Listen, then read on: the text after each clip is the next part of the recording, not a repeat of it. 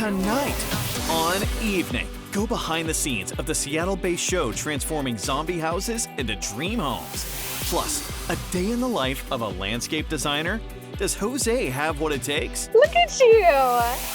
Plus, the ideal Northwest location for spotting snow geese.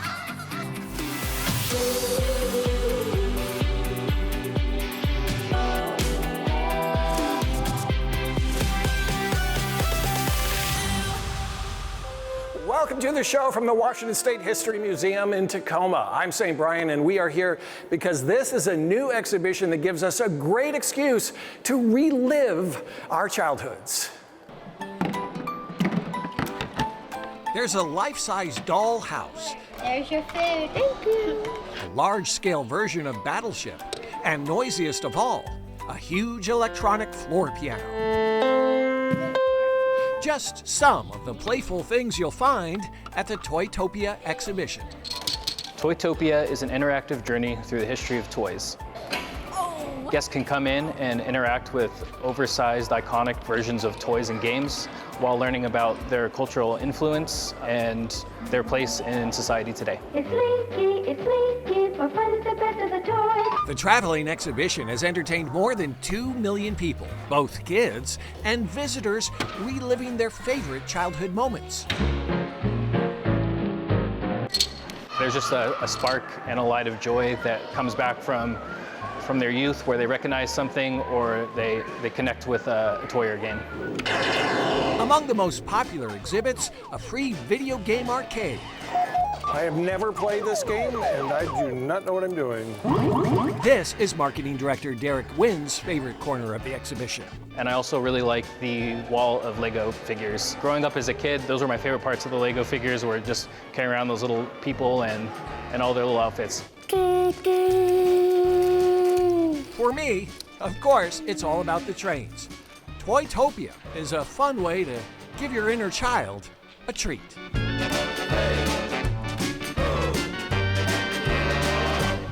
Toytopia, an interactive journey through the history of toys, will be here at the Washington State History Museum through June 5th. All right, let's face facts. There is an ungodly number of house-flipping shows on TV because people love them. Well, now there is a new one that takes place right here in Western Washington. All right, let's see what we got here. When you walk into an old home with James Daynard, Who doesn't want to take a bubble bath in here? there's no telling what you'll find. This looks like something died in here. But where others see a house of horrors, Some of these lights on. this longtime home flipper sees potential. This house alone, it's got good square footage. They can have a 4-bed, 3-bath, perfect for a small family. James knows a thing or two about flipping homes. A seasoned real estate investor and entrepreneur, he's been involved in more than 2,000 renovations. Every house has taught me a lesson because there's always something you're not expecting happens, so then you have to figure out how to put that fire out. That experience of bringing homes back from the dead caught the eye of producers from the network A&E. There's not many flippers in the United States that does as many projects as we do. And so they were looking at the transformations and they were very interested. I'm James Daynard. That interest turned into the A&E show, $1 Million Zombie Flips. A zombie house is like a house that is the living dead. You look at it and there's still potential in a house just like this where, you know, there's potential there, but it's dying, it's dilapidated, it's falling apart. The renovation is what brings that zombie back to life. I think screams first impression like some caution tape. In each episode, James and his crew partner with novice flippers, providing the cash and guidance needed to tackle challenging projects. My team that we work on all these projects with is one is Megan Halter. She's my listing broker and designer for all the houses. And then Ryan is my project manager, and he's been working for me now for 15 years almost. You know, Megan, Ryan, and myself, we have flipped hundreds of homes together. The first season was shot in 2024 at various sites across Puget Sound. During this filming, yeah, we were filming anywhere between 3 and 4 houses all at one time. So those are 4 different job sites, 4 different fires. Yeah, it was a lot of work. I'm not used to having people follow me around with cameras all the time. And so it was definitely a different life experience I never thought I was gonna have. The cool thing about the show is it's very real, it's very realistic, and they do a great job teaching the audience so they know how to get involved, but also they get to see what goes into the back end of designing these homes and really, you know, restoring them back to where they're supposed to. From near teardowns to dramatic transformations, James Hope's $1 Million Zombie Flips brings new life to home renovation shows. This is what I've lived and breathed, and this is all I know. You can watch $1 Million Zombie Flips Saturdays on the A&E network. Now, if you want to bring your dream garden to life, there are more experts in the Seattle area than just our old friend Cisco Morris. Jose introduces us to Kate David, who bills herself as gardening's cool aunt. Meet Kate, award-winning designer and creative mind of Hello Garden. Hello Garden is the name of my landscape design business. It actually started as a coaching business, but over the years, it became so much more about design and renovating spaces. Plants are such a beautiful thing because they meet you wherever you are. And how serious she is about plants. I play music for my seedlings. It's true. Not judging, I'm here to learn. Look at you. Is this the way you do it? It is. Okay. We are doing a little bit of a day in the life of a landscaper. You're gonna be my right hand today. We hit the road to check out a spot that Kate calls one of her favorite places on Earth. We have made it to Woodinville. I'm gonna assume that you know a lot of people here. I know a few. Woodinville is home to so many of these commercial nurseries that all of us professionals access. This is T&L. I already see beautiful things. My blood is already pumping. We're gonna go look for some goodies. 80% of the things I plant are things I know. This is such a good one. It's called Pretty Princess. I think it deserves a better name. And then 20% are my wild cards. I feel like you connect with plants almost like you connect with different people. I still giggle like a kid, knowing that literally it is my job to make someone's garden dreams come true. This is it. This is their perfect. Another of Kate's passions is sharing her knowledge of plants with others. These daffodils are going like hotcakes. She quickly realized the best way to do that was by creating a YouTube channel. Okay, friends, I'm gonna take you in the van. Let me give you a tour of what we're coming away with. What's kind of interesting about the YouTube journey is it really came from this place of wanting to serve as many people as possible. When you go to pull these up, actually wrap your hand around the top flower. Even though she knew her videos could be helpful, she never expected a big following. There's no way 10,000 people would ever tune into me on YouTube and want to also come back. It feels like we've created something that's really special. I just want to encourage everyone to get out there, put your hands in the dirt, to say hello to your garden for me, and wishing you the most incredible garden success. All right, thank you, Jose. Kate's Hello Garden YouTube page has more than 200 videos with all kinds of great gardening tips. The most recent one features Jose, and it's going viral. If you want to know why, you got to check it out on our website, king5evening.com. Still to come on Evening, the Port Orchard pop artist bringing his inner child to life. I think my biggest goal in life is to seek out adventure and seek out fun.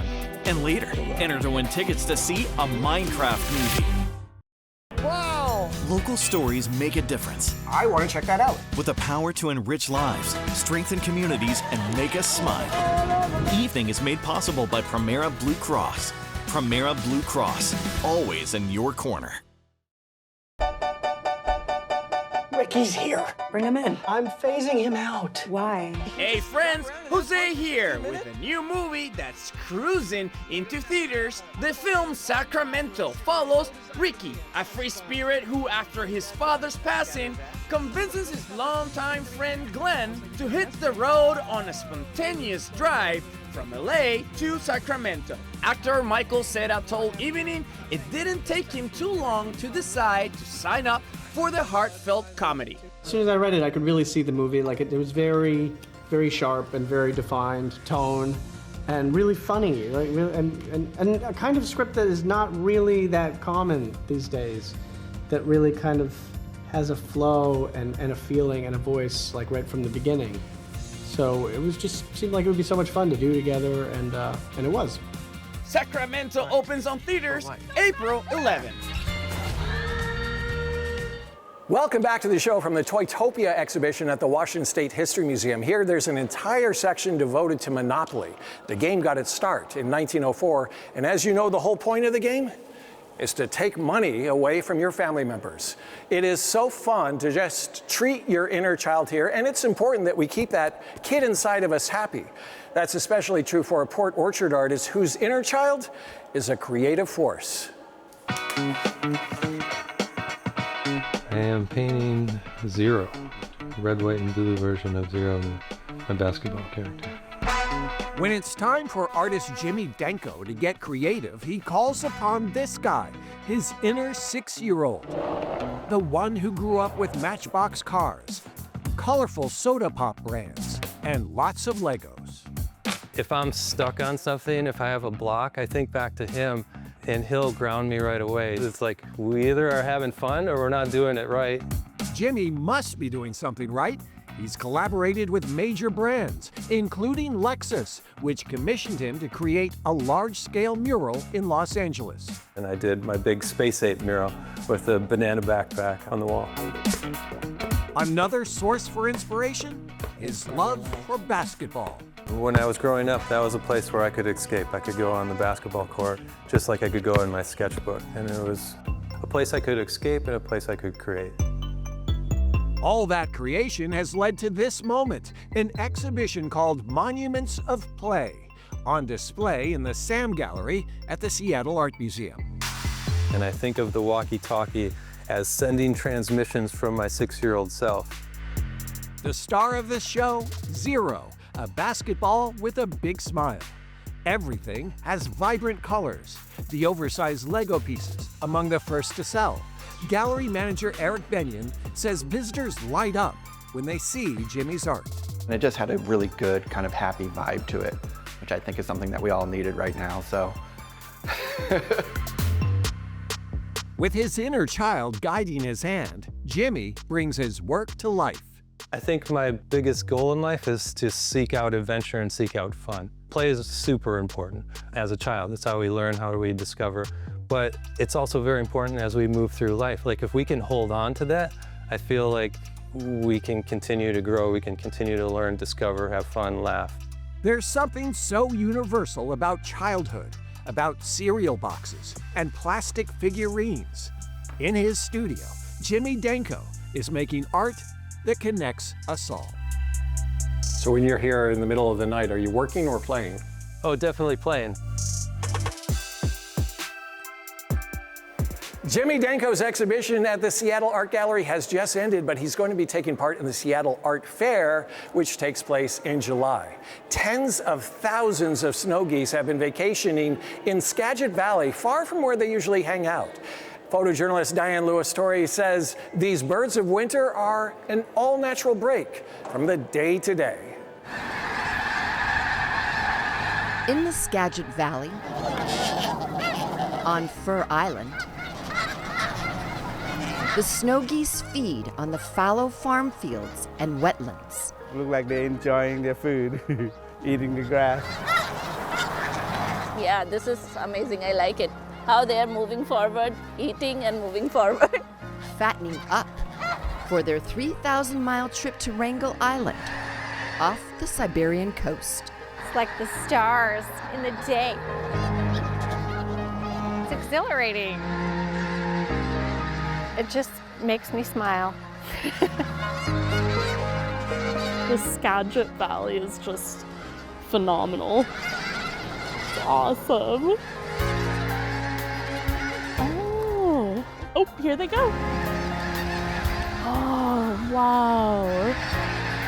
When you see them rising up, it fills the entire horizon like a sea of white with little black specks, and it sounds incredible. So loud. When it flew up like that, I feel like there's freedom. I feel free too. Very cool. You gonna fly? You wanna join the flock? Feel very lucky and blessed to be here today and get to enjoy this. It's pretty cool. Oh yeah, this is amazing experience. Yeah, it's kind of magical. Ooh, how they're taking the flight and just gliding back again. We pause and forget about our troubles and enjoy a moment of inner peace. I feel more grounded by seeing the nature and seeing the movement. They're glorious to many and a nuisance for some. They symbolize the changing of the seasons. It's very good to see them. Like, it's really telling us the spring's coming. High in the sky, soaring and free. It's perfect. To head back home again. This is beautiful sight, really beautiful. They've got a long journey ahead of them. All right, thank you, Diane. The snow geese will be flying back to the Arctic Circle any day now, but if you miss them, the daffodils are in bloom and the tulips are soon to follow. I'm going to just borrow this. Coming up, take a spin at what may be the only drive-through church in the world.